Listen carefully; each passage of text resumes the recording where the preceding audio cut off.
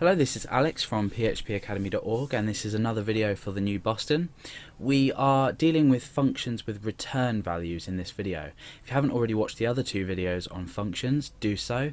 Now what we're doing is we are asking the question, what do we want to do if we want to, say, do a function inside a function? We don't want to necessarily echo the contents of a function out.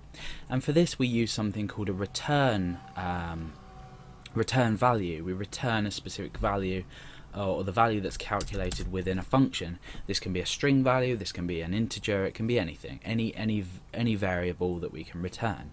Now the idea of the program the small program I'm going to create in this is we want to create a function that divides two numbers, but we also want to create a function that adds two numbers.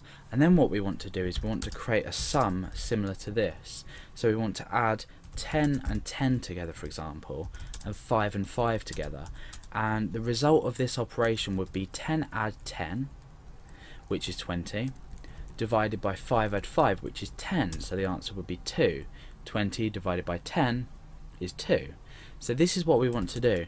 However, if we're creating a function here called add, and we are taking two numbers, so number 1, number 2, and we're echoing out number 1 plus number 2, what we're doing is we're outputting this result to the browser. We're not storing it as a variable, we're just simply outputting it. Now we could say create something like result equals, and then we could say echo result. However, we're not really changing how the code works. All we're doing is making it longer for ourselves.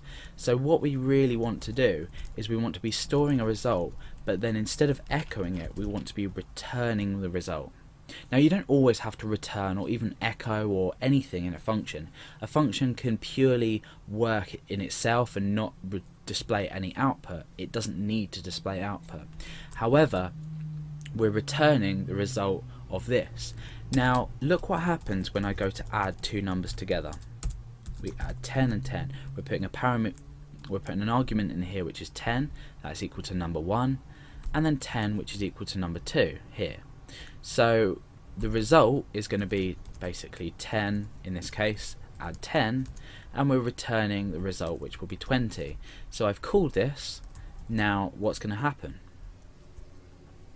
Absolutely nothing. And the reason for this is this now is equal to 20, but we're not doing anything with it. We're calling the function and we're supplying it with arguments, but we're not doing anything with it. So in fact what we can now do is echo out the function in itself, and what this is going to do is it basically means we can either use this as a variable on its own, or we can echo it out to display it to the user. So this will now echo out 20 to the screen.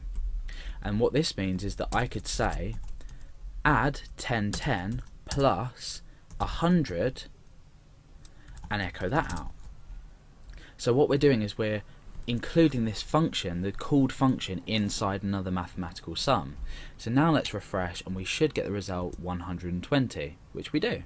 So you can see now that instead of echoing a value, we're returning a value.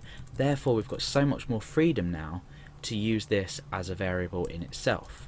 So the example I showed was we had an operation here which was 10 add 10, should really be displayed like this, 10 add 10, and 5 add 5, and the result of this is going to be 2.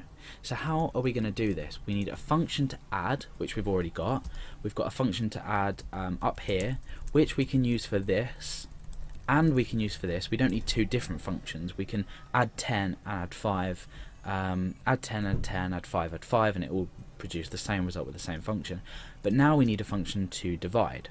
So we create a function to divide exactly the same way as we've done. We supply a number in here, so number 1, number 2. Now these values here, these variables here, are superficial. They're not actually declared variables.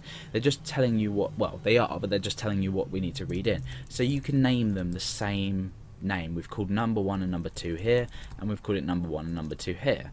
So we can do exactly the same thing. Result equals number 1 divided by number 2, and then we return the result.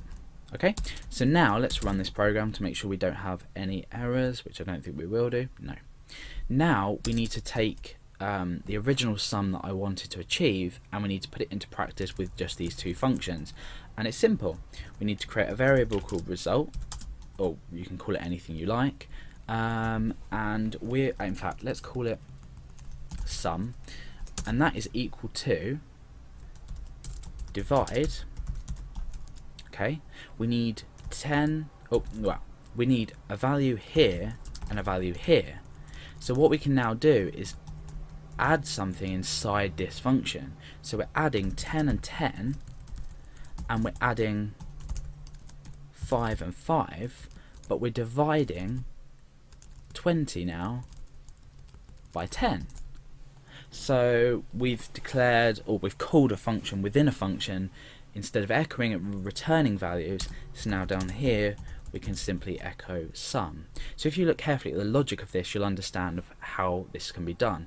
So now let's refresh, and we've got our result of 2, which we required from the start. So this is basically how to return a value in a function, and you can see how useful it is. Instead of just echoing something out or just performing an operation, we're actually returning something for the user, or for us to use as the variable as a whole, rather than just a function to echo out the result of what we've done inside the function.